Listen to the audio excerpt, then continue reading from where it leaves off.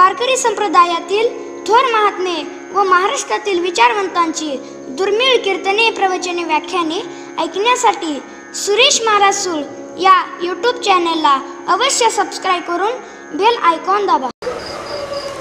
या जगामध्ये चांगल्या गोष्टीचा प्रचार होण्याकरता उशीर लागतो. विठ्ठला विठ्ठला अशा काही वरवरच्या गोष्टी जगात पसरायला वेळ लागत नाही, पण त्या लुप्त व्हायलाही वेळ लागत नाही.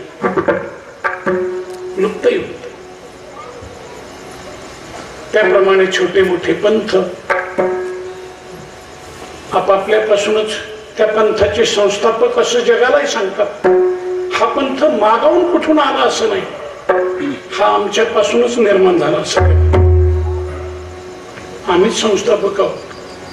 ठीक आहे, तुमच्यापासून निर्माण झाला, तुमच्या देखतच थांबे.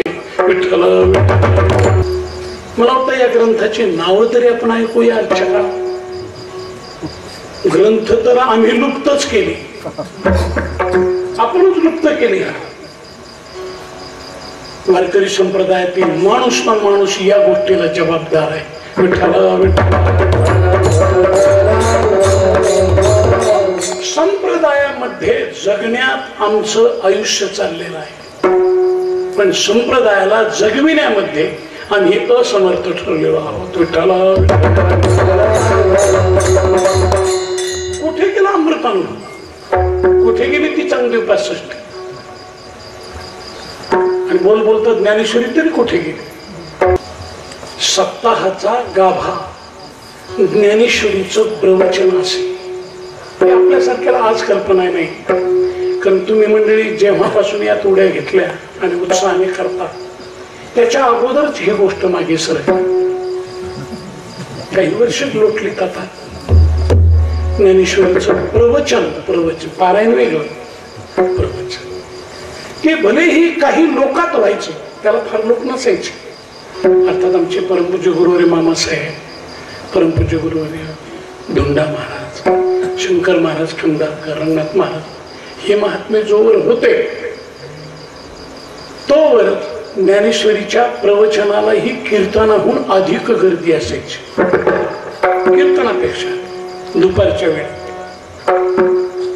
पण ओघात काळाच्या ओघामध्ये आता तो सोहळाच प्रवचनाचा समाप्त झाला. संत कृपा झाली, इमारत फळाली, ज्ञानदेवे रचला पाया, उभारिले देवालया, नामातयाचा किंकर तेने केला हा विस्तार, जनार्दने एकनाथ खांब दिला भागवत, तुका झाला से कळस, भजन करा सावकाश, बहिणी म्हणे फडकती ध्वजा, बहिणी म्हणे फडकती ध्वजा, निरूपण के देव ओजा, संत कृपा झाली, इमारत फळा आली. विठ्ठला पायापासून कळसापर्यंत जायला ही किती वेळ लागतो हे आपल्याला अगोदरच गृहीत धरावं लागतं. उठलं की कळसापर्यंत गेला आणि जमलं की कळस बांधला असं नाही होत. एरवी कळस ठेवण्याला फारच कमी वेळ लागतो. एका दिवसाच काम येते कलशारोहण, पण कलशारोहण एका दिवसात आणि एका दिवसाच्या काही वेळ होत असलं तर ज्या मंदिराच्या शिखरावर तो कळस ठेवायचा ते मंदिर वर्षानुवर्ष चालत असत. वर्षानुवर्ष, अनेक वर्ष. बऱ्याच मंदिराचे तर भूमिपूजन होऊनच अनेक वर्ष जातात. भूमिपूजन याच्यात जे 5 अक्षर आहे मला वाटतं तेवढे वर्ष जातात भूमिपूजन झाल्यावर सुद्धा. 5व्या वर्षापासून त्याच्या सुदैवाने सुरू झालं तर झालं, त्याच्या अधिक विचारात मी जात नाही. पण अनेक वर्ष जातात ही गोष्ट खरी आहे. त्याचा पाया म्हणा, त्याचं बेसमेंट म्हणा, त्यानंतरचा गाभारा म्हणा, पुढे शिखर, पुढे कळस, फार वेळ लागतो. हे मंदिर उभारण्यातच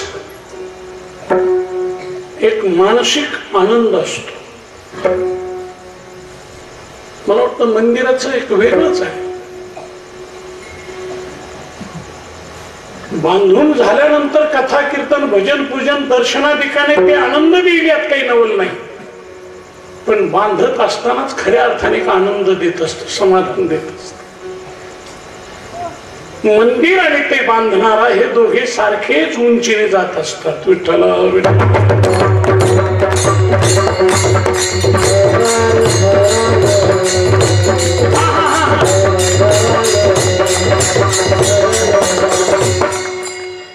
अभंगात प्रवेश करताना किंवा सांगताना सांगण्याचा प्रयत्न करीन.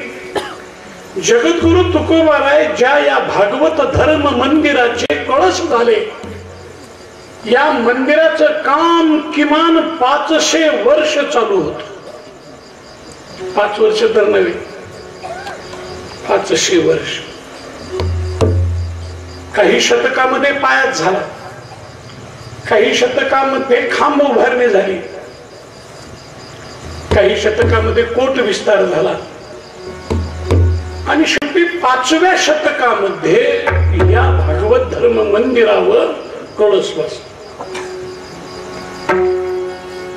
लौकिकात आपणही पाहतो की काही मोठ्या इमारती याचं काम तितकीच वर्ष जास्त चालतं. शांततेनं, धीरतेनं, मजबूतरित्या वर्षानुवर्ष काम चालतं. अलीकडे वास्तुशास्त्र किंवा बांधणीचा प्रकार थोडासा प्रगत झालाय आपल्याकडे. अलीकडे एवढे वर्ष घेत नाही बहुतेक इमारत. बांधणारा सुद्धा म्हणत असतो 1 वर्षात बांधला पूर्ण केला इमारत, 1 वर्षात. पण मला वाटतं असं वर्षामध्ये बांधून झालेलं घर हे बांधण्याला बरोबरच स्पर्धा करत. माझं वाक्य कळलं का नाही कोण नाही? लिखण्याच्या बाबतीत कोणाबरोबर? तू अगोदर की हो. काही वेळेला तर बांधणारच डोळ्याने पाहतो, स्लाप निखळला, पडला खाली. याची देही याची डोळा. आपल्या डोळ्यानेच पाहिलं ना. मी केवळ इमारतीपुरतं हे बोललो नाही, मंदिरापुरतं बोललो नाही. वारकरी संप्रदाय अथवा पंथाप्रमाणे असे अनेक पंथ ही महाराष्ट्रात व देशामध्ये जन्माला येतात, आणि त्या पंथाची इमारत तशी एखाद्या दुसऱ्या वर्षातच उभी राहते, आणि एखाद्या दुसऱ्या वर्षात गाव न गाव, शिव न शिव, गल्ली न गल्ली, चौकडे प्रचार व्हायला वेळ लागत नाही.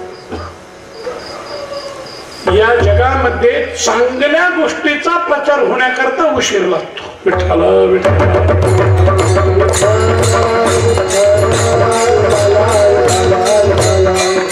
अन्य गोष्टीच्या बाबतीत तसं नाही, ते ताबडतोब ती हवा पसरते. गणपतीने दूध पिलं गणपतीच्या मूर्तीने. मला वाटतं ही हवा किती दिवसात जगभर पसरली होती. अशा काही वरवरच्या गोष्टी जगात पसरायला वेळ लागत नाही, पण त्या लुप्त व्हायलाही वेळ लागत नाही, लुप्तही होत. त्याप्रमाणे छोटे मोठे पंथ आपापल्यापासूनच त्या पंथाचे संस्थापक असं जगालाही सांगतात. हा पंथ मागावून कुठून आला असं नाही, हा आमच्यापासूनच निर्माण झाला असं. आम्ही संस्थापक आहोत. ठीक आहे, तुमच्यापासून निर्माण झाला, तुमच्या देखतच थांबे. विठ्ठला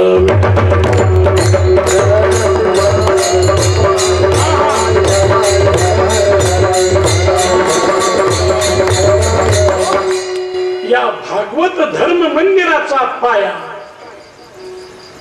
ज्या ज्ञानराज माऊलीने घेतला तो तो पाया घेण्याकरता जी जमीन घेतली ती जमीन ही आहे. वेदमार्गे मुनी गेले त्याचे मार्गे चाले. वेदमार्गे मुनी गेले त्याचे मार्गे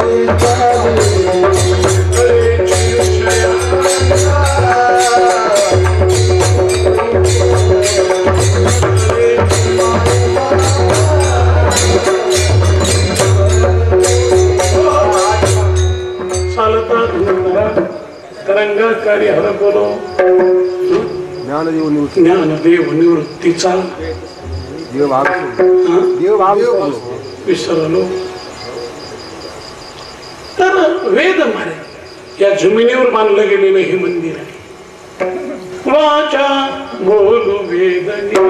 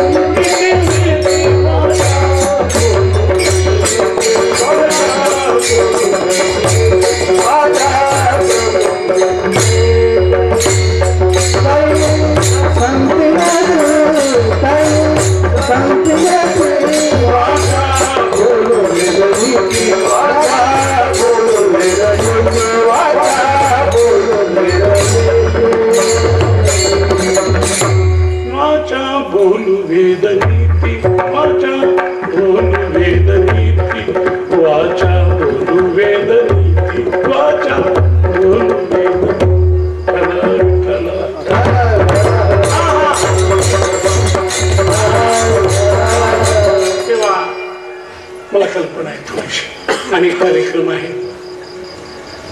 आणि आमच्या सारख्याकडनं होणारं चिंतन हे थोडस श्रवणाला मननाला जडही जाण्यासारखं आहे. पण सततच बोलण्याचा संबंध असल्यामुळे बोललेलंच बोलण्याची सवय मला नाही. ते नवं शोधावं लागतं. मला जे नवीन चिंतन असतं ते माझं कीर्तन असतं. विठ्ठल जमिनीमध्ये भागवत धर्म मंदिर उभं केलं. जगद्गुरु तुकोबारायच्या कळस स्थानाला आपल्याला स्पर्श करायचा आहे. स्पर्श कसला त्या कळसाला नमस्कार करायचा आहे. विठ्ठल विठ्ठल आणि म्हणून तो कळस त्याला वंदन करत असताना हे मंदिरच मुळात झालं कोणत्या भूमीमध्ये, कोणत्या जमिनीमध्ये. मंदिराला जमीन हवी, भूमी हवी, म्हणून तर भूमी पूजन असतं. तर वेद ही या भागवत धर्म मंदिराची भूमी आहे, जमीन आहे. 4 वेदावर उभारलेलं हे मंदिर आहे. त्या उपनिषद रूपी दगडाची ज्योती त्याला आपण म्हणतो. दगड, घडीव दगड, सिद्धांताचे दगड या पायाभरणीला टाकलेले आहे. म्हणजे थोडीशी गोष्ट त्याच्यामध्ये अशी, श्री संत बहिणाबाईच्या शब्दाचा अर्थही सांगितल्यासारखा होईल आणि त्याची एक आराखडा म्हणा, आकृती आपल्या डोळ्यापुढे. या भागवत धर्म मंदिराचा जमीन आपल्याला सांगितली. या जमिनीत घेतलेला पाया, जमिनीत घेतलेला पाया हा ज्ञानेश्वर महाराजांची ज्ञानेश्वरी आहे, अमृत अनुभव आहे. आपण नित्य जो हरिपाठ म्हणतो तो हरिपाठ आहे. अजून एक 4था ग्रंथ आहे चांगदेव पासून. मला वाटतं या ग्रंथाची नाव तरी आपण ऐकूया. अर्चका ग्रंथ तर आम्ही लुप्तच केली, आपणच लुप्त केली. वारकरी संप्रदायातील माणूस ना माणूस या गोष्टीला जबाबदार आहे.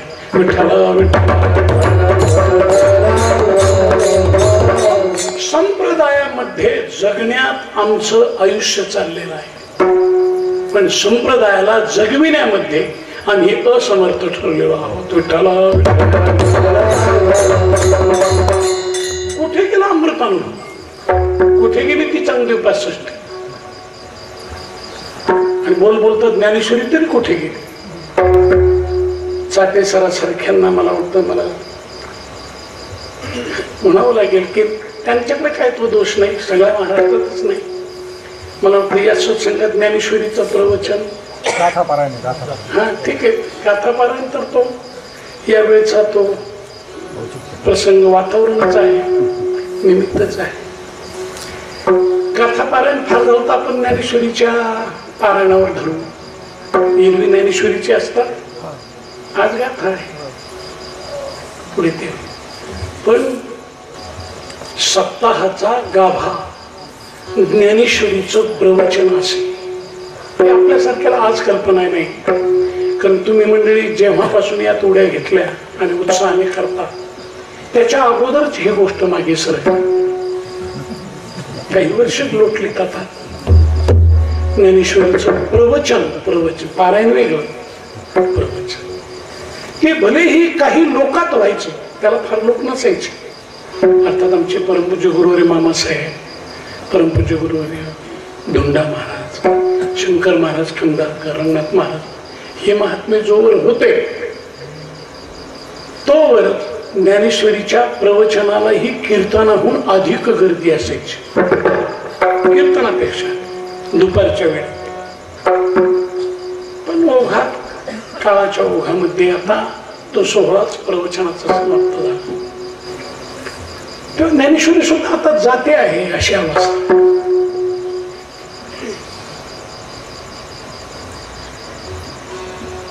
म्हणून माऊलींचे हे वाङ्मय हा पाया आहे,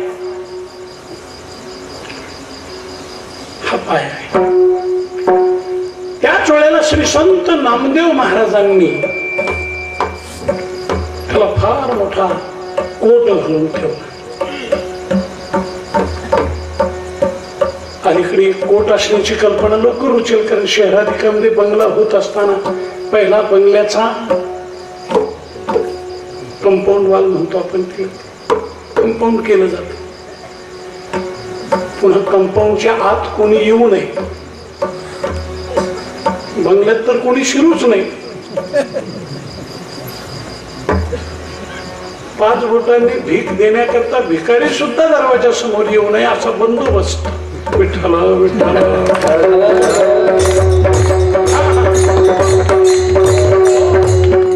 आता खरं या मंदिराचं वर्णन करताना अलीकडच्या वास्तूचा विचार थोडाफार येईलच.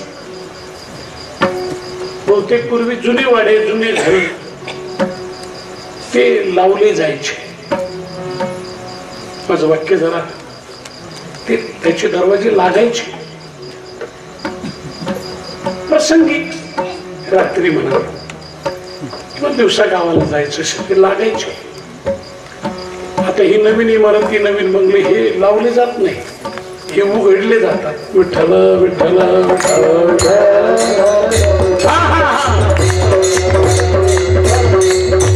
लावणं याचा अर्थ तुमच्या लक्षात आला असेल. एरवी उघडेच पण प्रसंगी लावायचे. आता बंगल्याचं वेगळं आहे, एरवी बंदच प्रसंगी उघडायचे. संत कृपा झाली, इमारत फळावी, ज्ञानदेवे रचिला पाया, उभारले देवालया.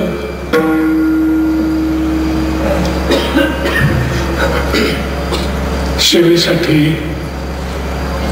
निवडला गेलेला अभंग संत श्रेष्ठ श्री बहिणाबाई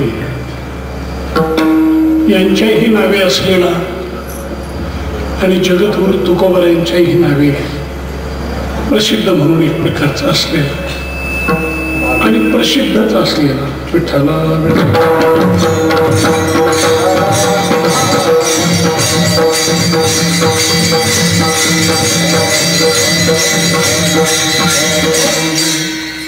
इमारतीच्या पूर्णत्वाचा समारंभ आहे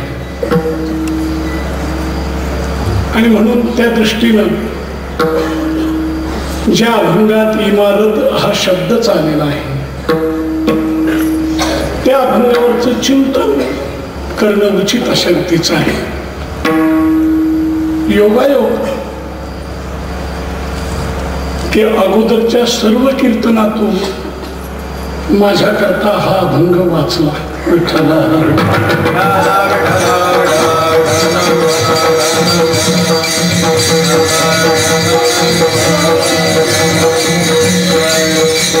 शिल्लकच राहिला म्हणा. कदाचित नियतीची इच्छा अशी असेल की ज्ञानेश्वर महाराज शिक्षण संस्थेचं हे इमारत अपत्य किंवा हा इमारतीचा सोहळा या अभंगाने पूर्ण व्हावा. विठ्ठल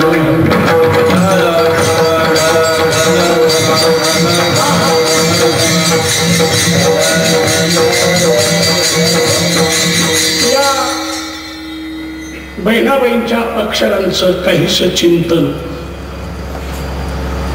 करण्यापूर्वी ज्या संस्थेच्या इमारतीचा हा वास्तुशांती समारंभ म्हणा, उद्घाटन सोहळा अशा रीतीचा म्हणा, त्या वास्तूला त्या वास्तूच्या जागेला योगायोगाने आमच्या जीवनामध्ये आयुष्यातील जवळजवळ 50 वर्ष पाहण्याचा योग आला. आणि मला वाटतं ज्या वेळेला आम्ही ही इमारत या बाजूला संस्थेची पाहिली, शाळा पाहिली, तेव्हा ती या बाजूला एकुलती एक इमारत होती. एकुलती, तिच्या पलीकडे काहीच नव्हतं. त्यावेळीच्या संस्थापकांनी संस्थापक सदस्यांनी गावाच्या बाहेर शाळा असावी असे प्रयत्न पूर्वी असायचे की शाळा ही गावाच्या बाहेर असावी. पण अलीकडे शाळेतच गाव घुसल्यामुळे शाळा आणि गाव यातला काही फरक करण्याचं कारण नाही. विठ्ठला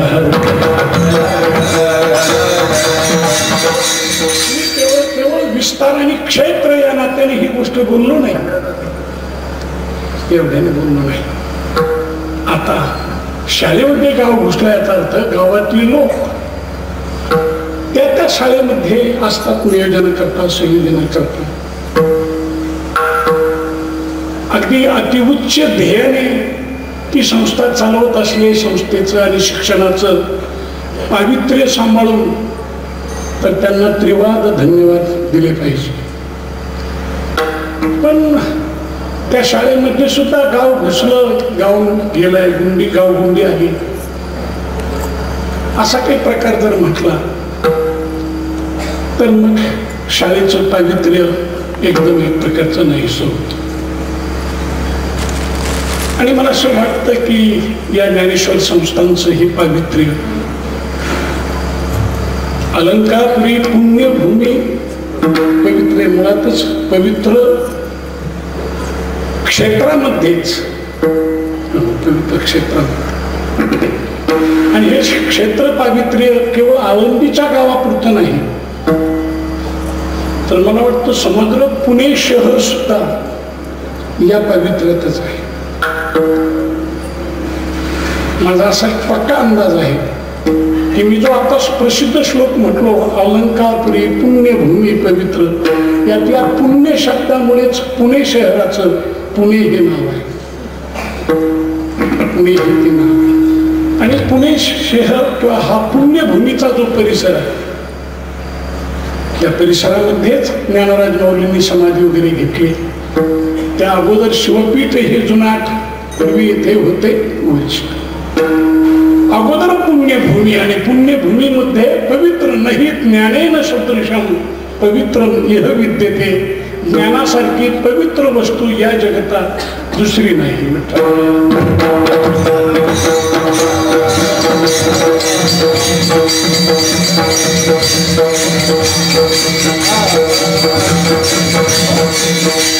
असा हा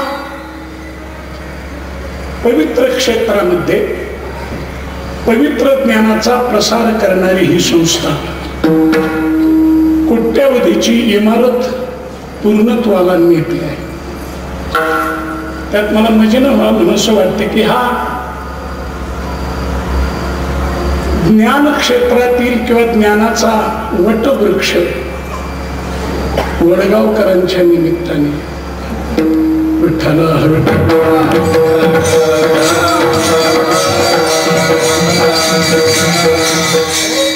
मोठा विस्तीर्ण झाला. आणि आताच्या दृष्टीने जर बोलायचं तर ह्या वटवृक्षाच्या बाबतीत आणि वडगावकर कुटुंबियाच्या या संस्थेच्या नात्याच्या बाबतीत हा सोहळा वडगावकरांच्या वटवृक्षाचा बुंध्याचा नाही, हा वटवृक्षाचा फांद्याचा नाही, तर वटवृक्षाच्या पारुंब्याचा हा उत्सव. विठ्ठला पारुंब्यानेही वाढलेला वटवृक्ष. मला याचा अर्थ कदाचित तुम्हालाही सांगावा लागेल. श्रीयुत तारुशेठ किंवा ताराशेठ वडगावकर, तारुशेठ वडगावकर या शिक्षण संस्थेचा बुंदा होता. कविद घराणं या शिक्षण संस्थेचं मूळ होतं. श्री सुरेश शेठ वडगावकर ही या वटवृक्षाची फांदी आहे. आणि आता अजित वडगावकर ही या वटवृक्षाची पारंबी आहे.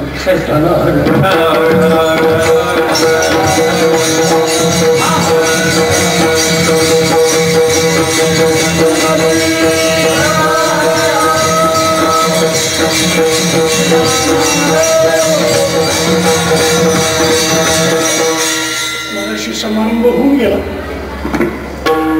की स्वतंत्र त्यावेळेचे विचार. काही वेळेला अशा अनेक सहकारी संस्था म्हणा, शिक्षण संस्था, त्यामध्ये एखाद्या घरातील कुटुंबातील परिवारातील कार्यकर्ते येतात, त्यांच्या हयातीतच येतात आणि त्या संस्थेतून त्यांच्या हयातीतूनच दूर होतो. तो संबंध त्या घराचा त्यांच्या देखतच नाहीसा होतो. काही तर असे मातब्बर कार्यकर्ते असतात, ते संस्थेसह नाहीसं करून टाकतात.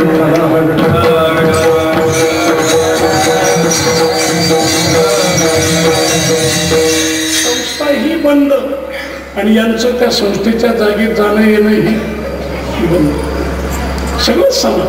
मला मुद्दाम बोलायचं, 3 पिढ्यापर्यंत एखादी संस्था सांभाळणं सामान्य काम नव्हे. विठ्ठला विठ्ठला.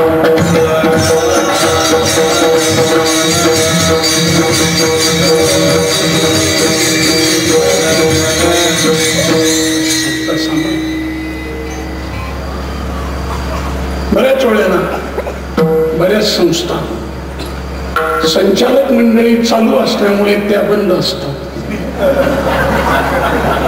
विठ्ठला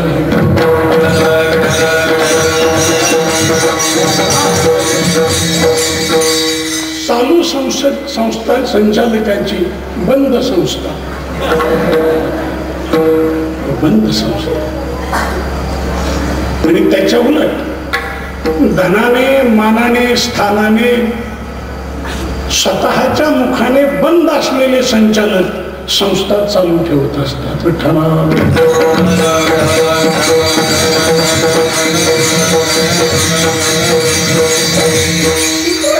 माझ्या विचाराचं एक पण त्यात माझा वेळ बराच जाईल, परंतु धन्यवाद देऊन या अभंगाकडे वळायचं आहे आपल्याला.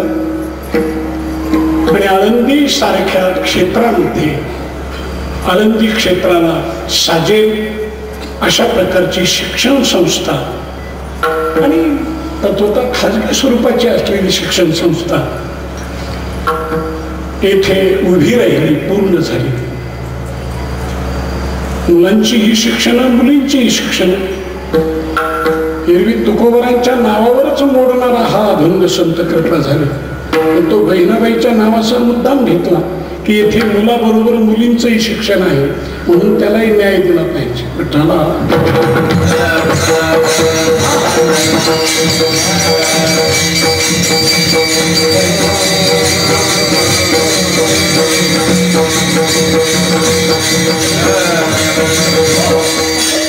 तेव्हा तिकडे परमपूज्य जोग महाराज यांची वारकरी शिक्षण संस्था आहे.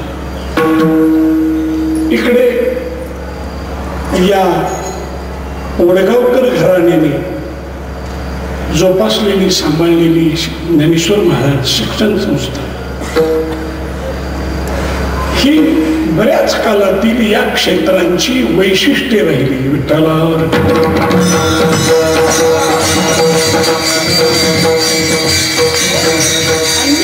पारमार्थ क्षेत्रातल्या संस्था या आळंदी क्षेत्राला विभूषित अशा रीतीने करणाऱ्या झाल्या.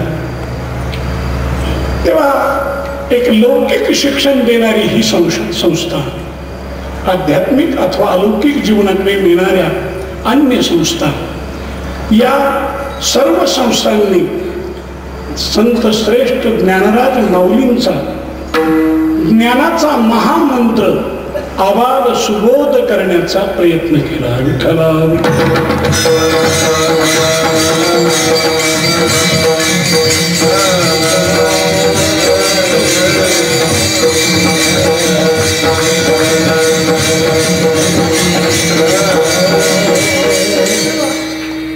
इमारतीची पूर्णत्व जीवनामध्ये असं एक प्रकारचं पूर्णत्व लाभणं.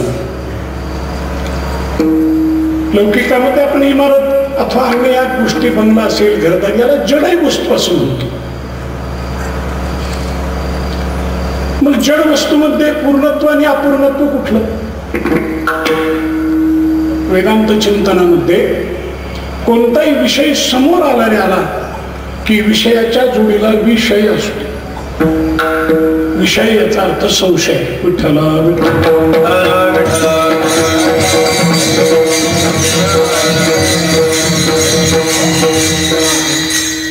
त्या मानाने पूर्णत्वाकडे जाणं, पूर्ण होणं, अपूर्ण राहणं हे धर्म तसे चेतनाचे आहे. जड अशी वस्तू पूर्ण होते का हा संशय आहे. इमारत पूर्णता हा विषय आहे. विठ्ठला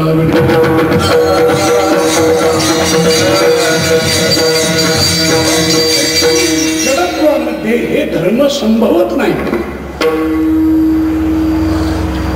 धर्म निर्धर्म म्हणा, धर्मरहित म्हणा, जड म्हणूनच म्हटलं जातं की जिथे कोणताही धर्म नसतो. धर्मराहित्य धर्मरहित असलेली वस्तू पूर्णत्व या धर्माने पूर्ण कशी होणार किंवा युक्त कशी होणार हा पूर्व पक्ष आहे. विठ्ठला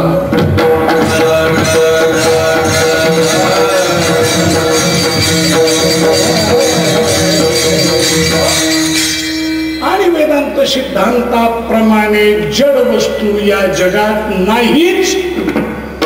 ते सर्व चेतन आहे. हा या पूर्व पक्षाचा सिद्धांत पक्ष नाम उत्तर पक्ष. विठ्ठला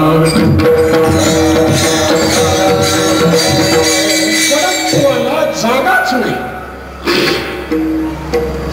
जडत्वाला जागा नाही. दुसऱ्या शब्दाप्रमाणे पुन्हा दुःख, त्या दुःखालाही या जगात जागा नाही, जीवनात जागा नाही. आणि असतृप्तेलाही किंवा अज्ञानाला देखील जागा नाही.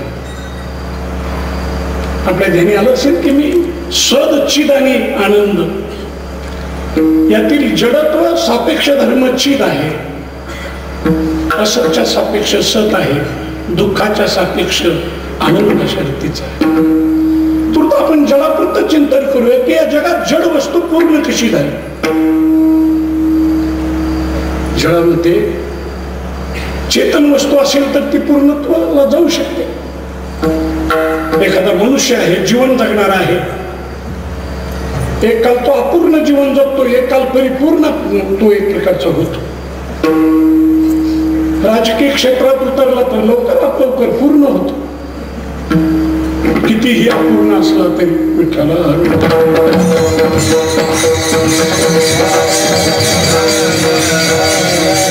अन्य दृष्टीने क्रमाक्रमाने पूर्णत्व येतं. आज त्याचं जीवन पूर्ण झालं. ज्ञानेश्वर महाराजांनी तर म्हटलं की आम्ही परिपूर्ण झालेलो आहोत. ज्ञानराज माऊलीचं विश्व जीवनाला परिपूर्णत्वाची दिशा देणारं विश्व आहे. पूर्ण जीवन वेगळं. अध्यात्म क्षेत्र पूर्णत्वाचं आहे. तर संतांचं परमार्थ क्षेत्र हे परिपूर्णत्वाचं आहे. विठ्ठला मागीलची जी क्षेत्र असतील ती अपूर्ण आहेत, अगदी आपण दर्शन केले. पण मनुष्य जीवन मग भौतिक दृष्ट्या, आध्यात्मिक दृष्ट्या, कोणत्याही दृष्टीनं त्याला पूर्णत्वाकडे दिलं जातं. ती पत्रिका या सोहळ्याची कार्यक्रमाला येण्यापूर्वी तास दीड तास माझ्या समोर आली, हातात आली आणि त्यामध्येच काहीतरी पूर्णत्व शब्द वाचला मी. पूर्णत्वाकडे, कुठून पूर्णत्वाकडे, वडगावकर पूर्णत्वाकडे. याच्या अगोदर कोणता शब्द आहे पत्रिका? संकल्पातून पूर्णत्वाकडे. त्याला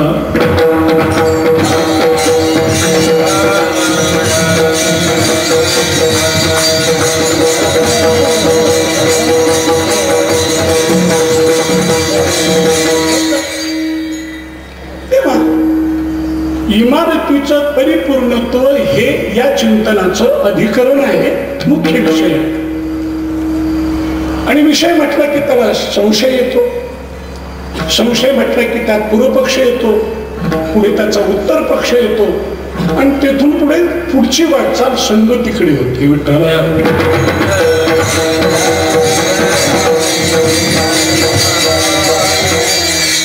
विषयो विषयश्चैव पूर्वपक्षस्तथोत्तरं संगतिश्चेति पंचांगम अधिकरण उच्यते.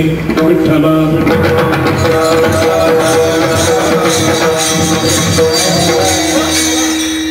अभंगाकडे यायचं आहे, पण प्रास्ताविक दृष्टीने इमारत पूर्णत्वाकडे, इमारत पूर्णत्वाकडे जाते. मग अशी मी बोलून की जड वस्तू आहे ती पूर्णत्वाकडे जाते कशी? आपण म्हणतो माणूस देखील जीवनामध्ये पूर्ण होऊ शकत नाही. माणूस तर चेतन आहे, पण चेतनाला ही पूर्णत्व गाठता येत नाही. उलट अपूर्णच अपूर्णच. माणसाची झेप पूर्णत्वाकडे असते आणि वाटचाल अपूर्णत्वाकडे होते. विठ्ठला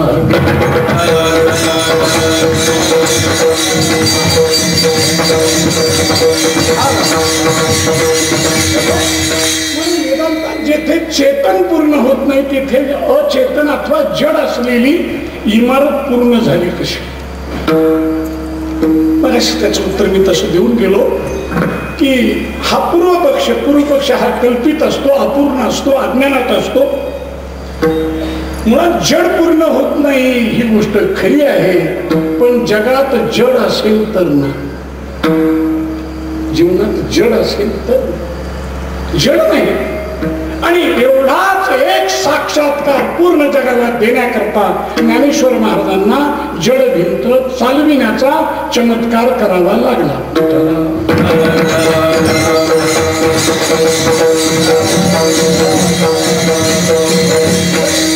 केवळ तेवढं तो सिद्धांत द्यायचा.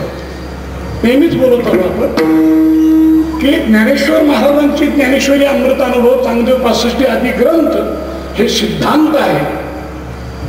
तर भिंत चालवणं, रेडा बोलवणं आदी गोष्टी त्या सिद्धांताचे प्रयोग आहेत. जड वस्तूच नाही जड. घराला वस्तूला आम्ही जड म्हटलो. घर जड आहे का? काय घर, त्याला काय कळत? तिथे कुठे संवेदना आहे? ती जड आहे. त्या घरात बसूनच तो माणूस म्हणतोय हे घर जड आहे. याच्या 4 पिढ्या या घरानेच राखल्या तरी हे जड आहे. मला वाटतं त्या घराला जड म्हणणारा खऱ्या अर्थाने जड आहे.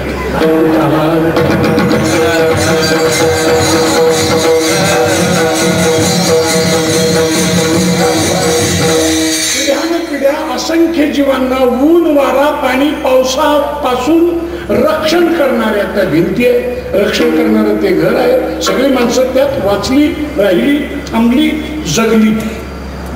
पिढ्या सगळ्या कशात जगल्या? घरात. कोणी जगवल्या? त्या घराने जगवल्या. कोणी त्यांचं संरक्षण केलं, सांभाळ केला, घराने केलं. आणि तरी त्या घराला आपण जड म्हणण्याचा प्रयत्न. जड नाही. कोणतीच वस्तू जड नाही. जड म्हणून ज्यांना आम्ही शिक्का लावलेला आहे ती वस्तू देखील जड नाही. जड शक्ती असते जड वस्तूमध्ये सुद्धा. मला तर वाटतं त्या घराचे जे खांब आहे, आता नवीन भाषेमध्ये कॉलम म्हणावं लागतं, खांब आणि कॉलम, तो खांब जड आहे. का हा जड म्हटला? तो बाबा माझा जन्म झाल्यापासून हा खांब जिथेच्या तिथे आहे, त्याला जड म्हणून म्हणायचं तर चेतन म्हणायचं. मी त्याला विचारतो त्याने हलायला पाहिजे का? विठ्ठला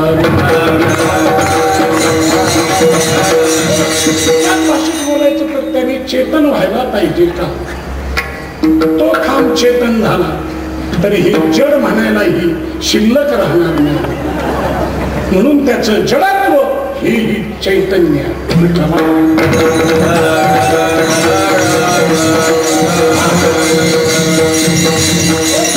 मला वाटतं या इमारतीचं चैतन्यत्व मी येथे सांगू शकेल आपल्याला की जड इमारत पूर्ण झाली असेल तर एवढ्या चेतन समुदायाचा मेळावा इथे गोळा केला कोणी?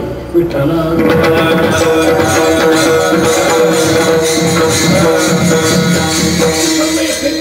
मागाशी म्हटल्याप्रमाणे अनेक वर्षे अनेक जण ही इमारत बघतच होते.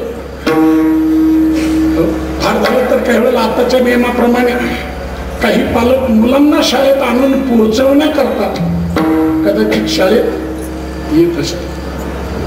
म्हणून आताचं शिक्षण फार पुढे गेलं. पूर्वी एकटाच मुलगा निघायचा शाळेत जायचा, आता पालकाला घेऊन तो येतो. त्या अर्थी शिक्षण पुढे गेलं, पालकही बरोबर येतो. त्या मुलाचं शाळेचं दप्तर म्हणतात वह्या या एवढ्या की त्याला आणि त्याच्या पालकाला दोघालाही पेलवत नाही.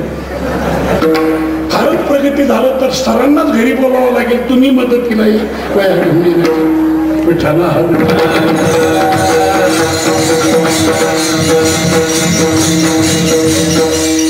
जडत्व, जडत्व शब्द मला निवारण करायचं आहे.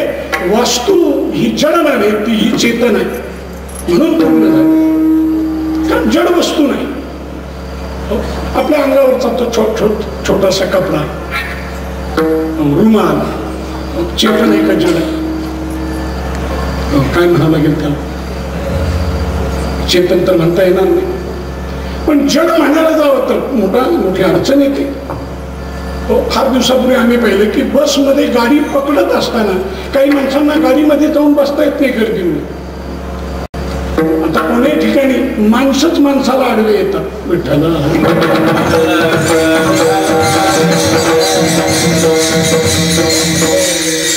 गाडीचा दरवाजा असतो, गाडी लागलेली असते, येऊन उभी असते, तरी गाडीत माणूस शिरू शकत नाही.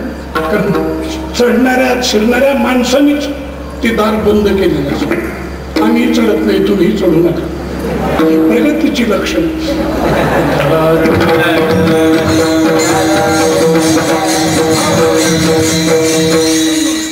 खऱ्यातलीच माणसं फार हुशार. त्यांना बसमध्ये बसावं लागतं. मंडळीला बसमध्ये. शहरातील माणसं आता स्वतंत्र गाडी, त्याची गाडी स्वतंत्र अशा येते. दोन्हीमध्ये फरक एवढा आहे की बसमध्ये बसलेला माणूस पुन्हा सुरक्षितपणे घरी येण्याची शाश्वती असते.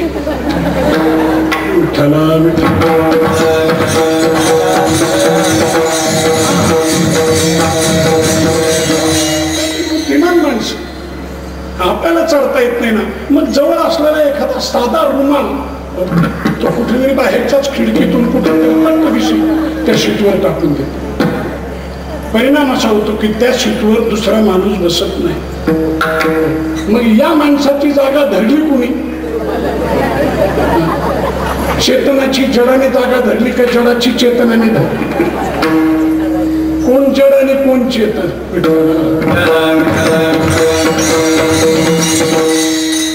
बीडीओ तालुक्याची नवीनच शेतकरी विभागात नोकरीला लागलेली गाडी पकडली, धरण्याकरता आली तिथे. त्यावेळेला बीडीओनं सुद्धा बसमधून प्रवास करावा लागला. तर त्यावेळेला एवढं कर्ज मिळत नव्हतं देशात. आता सरपंचापर्यंत स्वतंत्र गाडीची व्यवस्था आहे. कर्जाची विपुलता विठ्ठल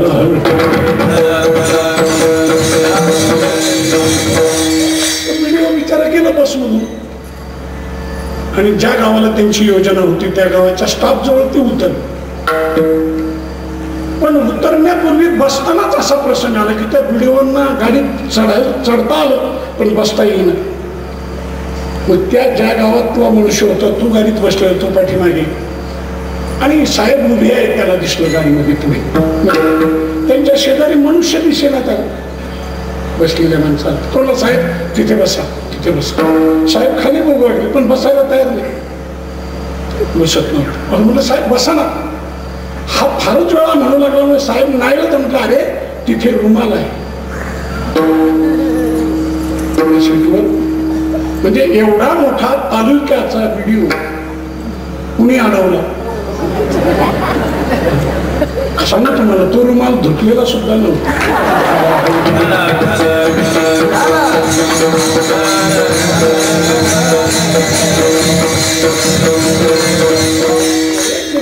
ते फडकं ते धुडकं तो रुमाल तो देखील जड नाही. इमारत कुठली आणि म्हणून जड नसल्यामुळे पूर्णत्वाचा अधिकार इमारतींना आहे. विठ्ठला कृपा झाली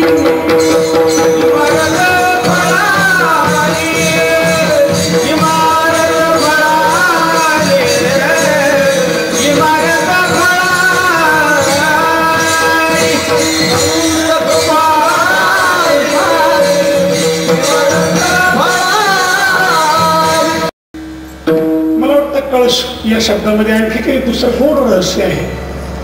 पंढरपूरच्या वारीमध्ये बहुतेकांना हा अनुभव येतो की आता थेट पददर्शनापर्यंत जाण्याची सोय नाही.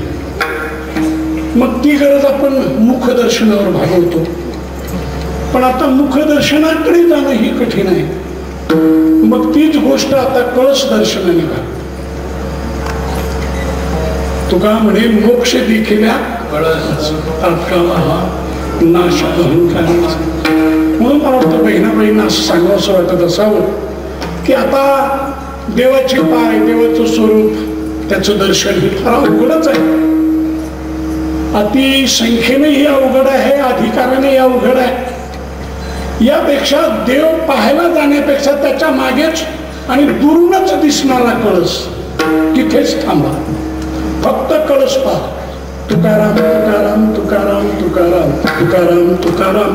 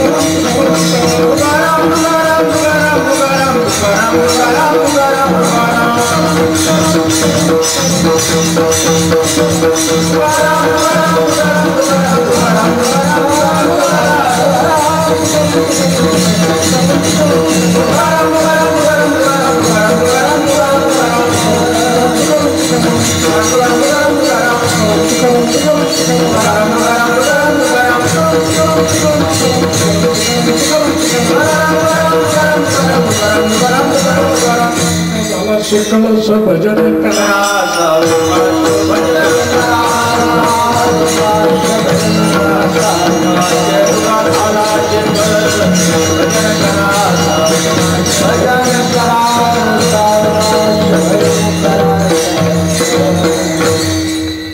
आणखी कळसाचं काम झालं. कळसापर्यंत काही प्रासादिक काम नाही. आता मंदिराचं काम राहिलं नाही. पण एवढ्यानेही काम भागत नाही. कळसावरही एक पताका फडकावी लागते. पताका फडकावी लागते. आणि म्हणूनच या भागवत धर्म मंदिरावर फडकणारी ध्वजा फडकणारी पताका म्हणून श्री संत बहिणाबाई यांचं एक प्रकारचं स्थान आहे.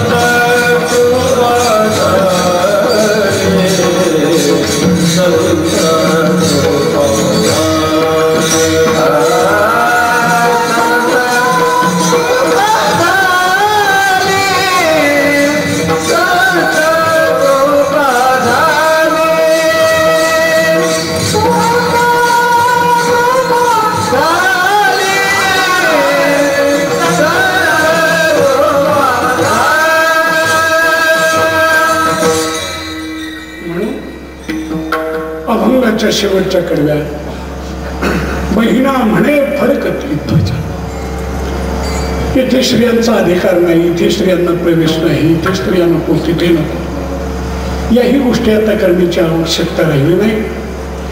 संतांच्या या अवतार कार्यामध्ये माता भगिनींना देखील अतिउच्च अशा प्रकारचं स्थान देऊन संत महात्म्यांनी समाज जीवनाची शीख, उद्धाराची शीख अशा प्रकारची साधलेली. म्हणून बहिणामुळे फडकती ध्वजा, निरूपण केले ओझा, संत कृपा झाली इमारत फळा. शिवा समाप्त करायची आहे.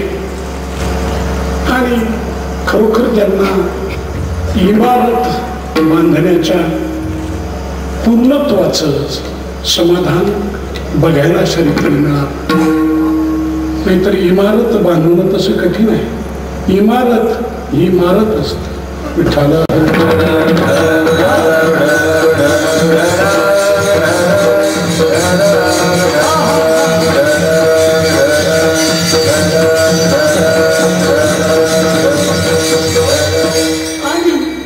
इमारत बांधत असताना मरत मरत मरत तिचं पूर्णत्व पाहायला जिवंत राहावं. नवे नवे बांधणारा राहील की जाईल हा प्रश्न नाही. तिचं पूर्णत्व की हेच त्याचं जिवंतपण आहे. विठ्ठला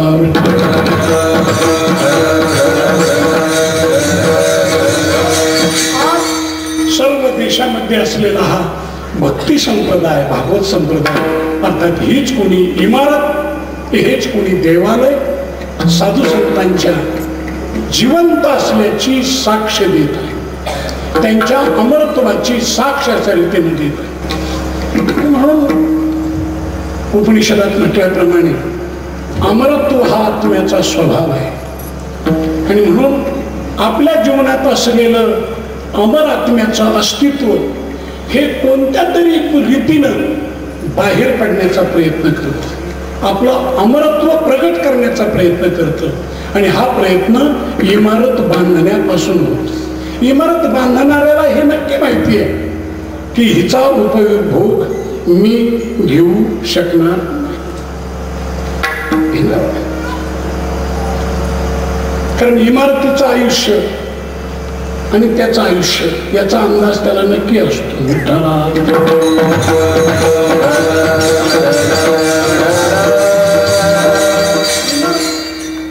कित्येक वर्ष जगणारी राहणारी. आता अलीकडची काही बांधकामं सोडा, ते मालकाबरोबर स्पर्धा करतात.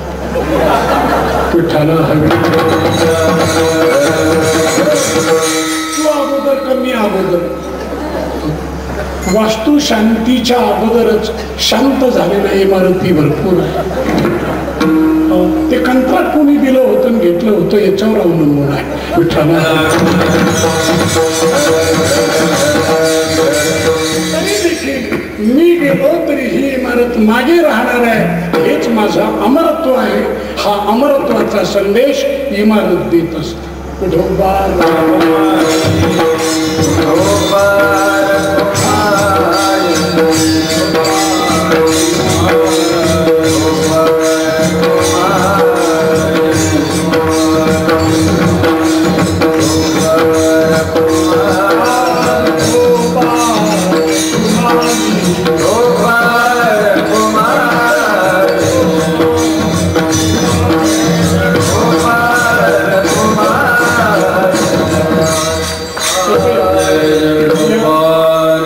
इमारती बरोबरच बोलायला हरकत नाही.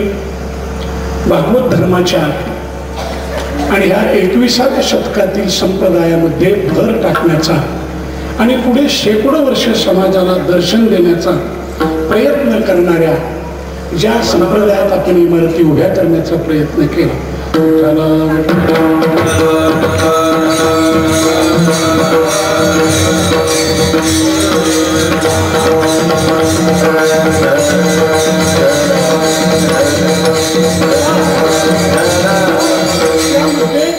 भागवत धर्माच्या वारकरी संप्रदायाच्या इतिहासात भर टाकणाऱ्या इमारती दौलताबाद क्षेत्रातील जनार्दन स्वामी दत्तात्रय एकनाथ स्मारक मंदिर आता नुकतंच पूर्णत्वाकडे वाटचाल करणार पंढरपूर क्षेत्रातील सहस्रनाम मातृपितृ सेवा मंदिर, श्री क्षेत्र त्र्यंबकेश्वरी नुकतंच सुरुवात झालेलं संत धाम नावाचं मंदिर, या इमारतीकडे सर्व समाजाने यथाशक्य लक्ष ठेवण्याचा प्रयत्न करा. ज्ञानेश्वर